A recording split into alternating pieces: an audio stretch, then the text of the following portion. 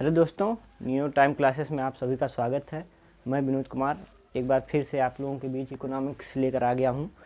पिछली क्लास में हमने अर्थशास्त्र की परिभाषा और उसके अर्थशास्त्र और अर्थव्यवस्था में क्या अंतर है उसको देखा, और अर्थव्यवस्था कितने प्रकार की होती है ये देखा। एक चीज़ हमने भूल गया बताना वहाँ पे कि अर्थशास्त्र के जनक एडम स्मिथ थे। स्मिथ थे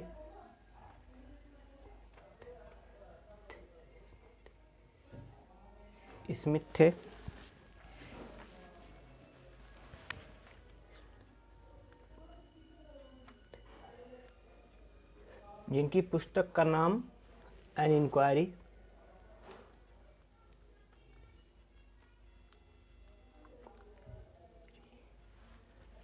into the cause of wealth of nation,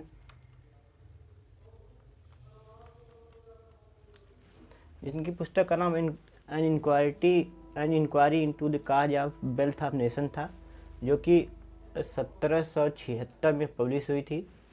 इसके पहले जो कि अब इनको अर्थशास्त्र का जनक इसीलिए कहा जाता था क्योंकि इससे पहले जो अर्थशास्त्र था वो पॉलिटिकल साइंस मतलब राजनीति विज्ञान का एक पार्ट था। परंतु इस पुस्तक के छपने के बाद से ही अर्थशास्त्र को एक सब्जेक्ट के रूप में पढ़ाया जाने लगा। अब आइए आज आगे की क्लास देखते हैं। आज हम मुख्यतः अर्थशास्त्र की कुछ टर्मिनोलॉजी के बारे में जानेंगे, जो कि मुख्यतः अर्थशास्त्र जो पढ़ाया जाएगा आगे उसमें बहुत बार प्रयोग होगा और उनके बिना अर्थशास्त्र अधूरा है। जैसे एक शब्द है डिमांड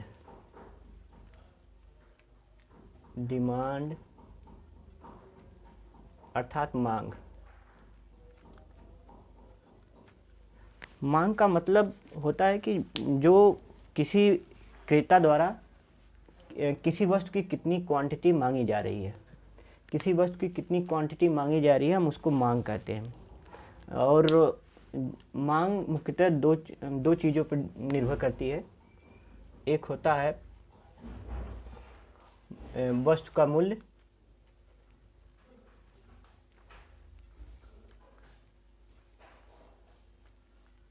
और दूसरा होता है विक्रेता की इनकम, क्रेता की आय।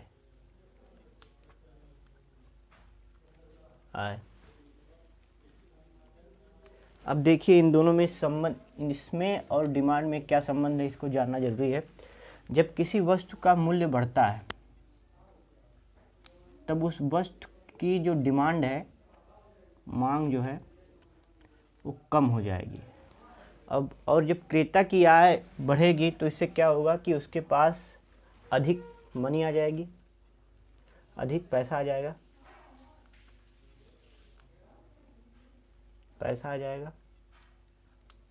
और इस अधिक पैसे की वजह से उसकी जो है आय बढ़ जाएगी। आय तो बढ़ी रही है। इसके बाद उसका जो परचेजिंग पावर क्या होता है? किसी वस्तु को खरीदने की क्षमता, किसी वस्तु को खरीदने की क्षमता, ये बढ़ेगा। जब किसी क्रेता की आय बढ़ेगी तो उसके पास पैसा अधिक होगा, पैसा जो है किसी वस्तु को खरीदने की उसकी क्षमता भी बढ़ जाएगी। किसी वस्तु को खरीदने की जब उसकी क्षमता बढ़ जाएगी तो जाहिर सी बात है वो मार्केट में वस्तु की अधिक मांग करेगा, तो इससे क्या होगा कि वस्तु की मांग भी बढ़ जाएगी। अब दूसरा शब्द देख लीजिए, मार्केट।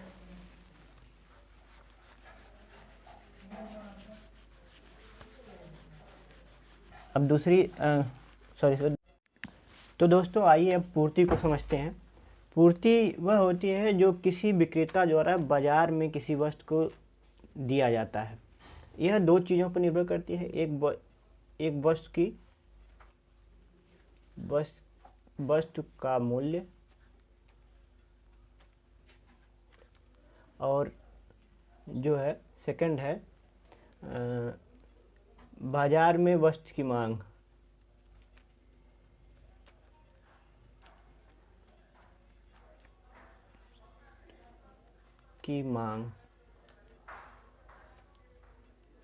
अब देखिए, जो वस्तु का मूल्य है अगर ये अधिक होगा तो पूर्ति भी अधिक होगी, अर्थात पूर्ति बढ़ जाएगी। और जब बाजार में वस्तु की मांग अधिक होगी तो इसका प्रभाव वस्तु के मूल्य पर पड़ेगा और वस्तु का मूल्य का प्रभाव फिर से पूर्ति पर पड़ेगा। अब आइए एक नए शब्द को और सीखते हैं।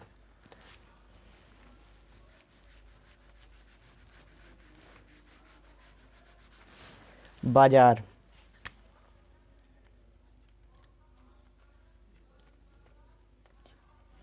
बाजार यानी मार्केट।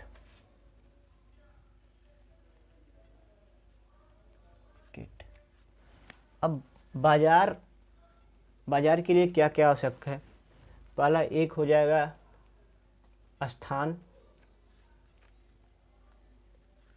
दूसरा हो जाएगा बायर अर्थात क्रेता, तीसरा हो जाएगा विक्रेता।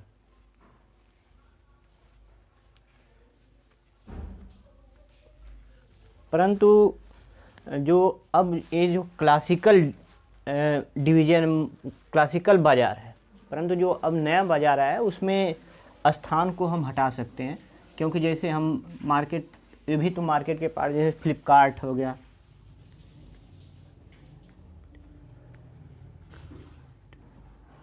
ई कॉमर्स के पार्ट होते हैं, ई कॉमर्स में आते हैं। फ्लिपकार्ट हो गया आपका, अमेजन हो गया, फिर ओलेक्स हो गया, ये सब नए प्रकार के बाज़ार हैं जिनको लोकेशन की आवश्यकता नहीं होती है, अर्थात स्थानों की आवश्यकता नहीं होती है। अब हम इसको मुख्यतः 3 प्रकार से बांट सकते हैं।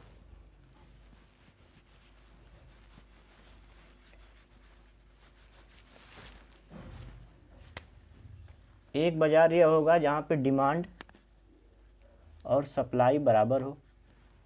एक बाज़ार वो होगा जहाँ पे डिमांड सप्लाई से कम हो।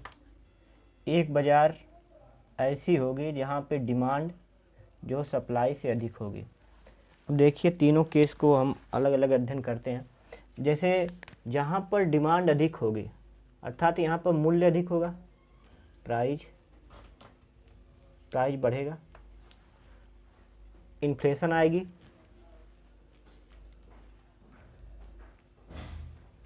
इन्फ्लेशन आएगी,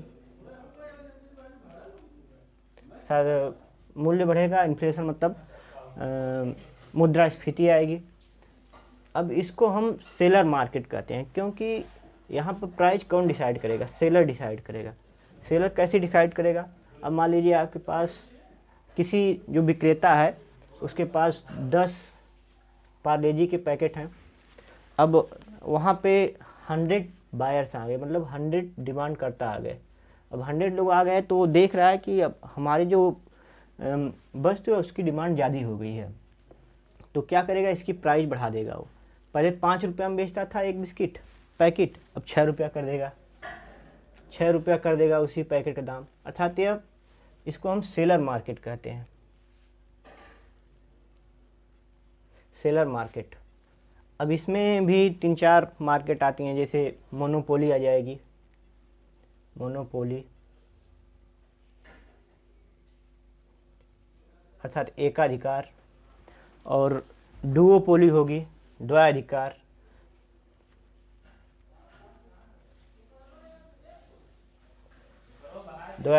या फिर ओलिगोपोली।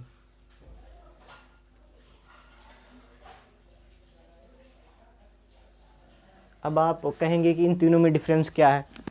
तो मोनोपोली में सिर्फ एक विक्रेता होता है और बहुत सारे क्रेता होते हैं, मतलब मांग बहुत ज़्यादा होती है जबकि सप्लाई बहुत कम होती है।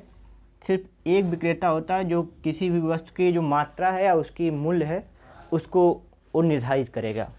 डुओपोली में दो विक्रेता होते हैं, वो दोनों आपस में निगोशिएशन करके जो मूल्य को डिसाइड करते हैं और वस्तु की मात्रा को डिसाइड करते हैं। और बायर्स बहुत ज़्यादा होते हैं, मतलब विक्रेता बहुत ज़्यादा होते हैं। जबकि ओलिगोपोली है, ये अल्पाधिकार है। अल्पाधिकार मतलब होता है कि इसमें 1 से लेकर 10 तक, 2 से लेकर 10 तक लोग हो सकते हैं। ये डुओपोली जो है एक प्रकार की अल्पाधिकार के अंतर्गत ही आती है, लेकिन इसको अलग से पढ़ाया जाता है इकोनॉमिक्स में।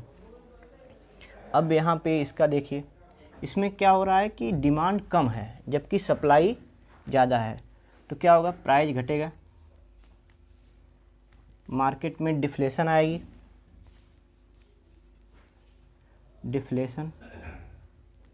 डिफ्लेशन का मतलब होता है कि मंदी होता है डिफ्लेशन का मतलब। अब इसके बाद इसको हम बायर मार्केट कहते हैं।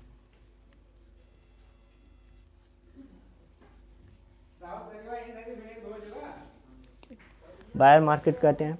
अब इसमें मुख्यतः दो प्रकार की मार्केट है। एक मोनोसोनी होती है, सोनी, मतलब मोनोसोनी का मतलब होता है कि सिर्फ एक ही क्रेता है, जबकि बहुत सारे ज़्यादा विक्रेता हैं, तो सामान की सप्लाई बहुत ज़्यादा हो जाएगी जबकि डिमांड बहुत कम हो जाएगी। इसके बाद एक मार्केट आती है ओलिगोपोली।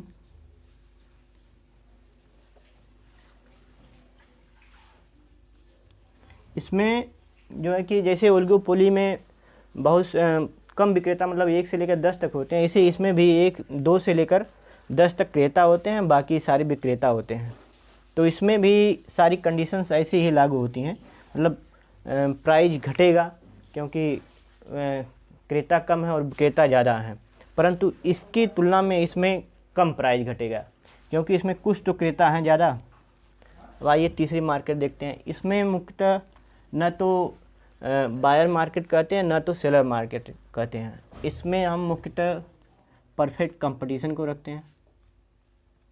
परफेक्ट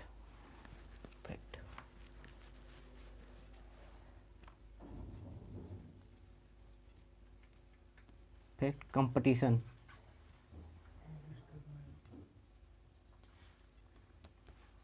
अर्थात पूर्ण प्रतियोगिता।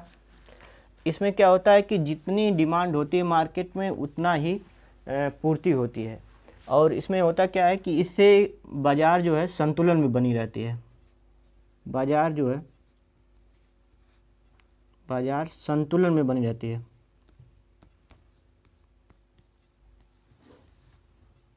में होती है।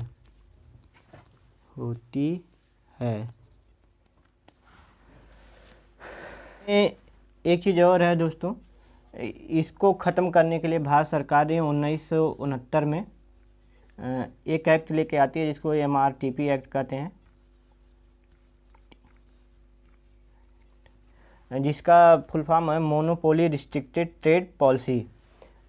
इसमें होता क्या है कि जो पहले होता था क्या कि बहुत सारे लोग एक अपनी कंपनी बना के उसको और दूसरी कंपनियों को बढ़ने नहीं देते थे। इस वजह से भारत सरकार ने एक एक्ट लेकर आ गई, उसके बाद इसको मोनोपोली जो है तो ख़त्म कर दी गई।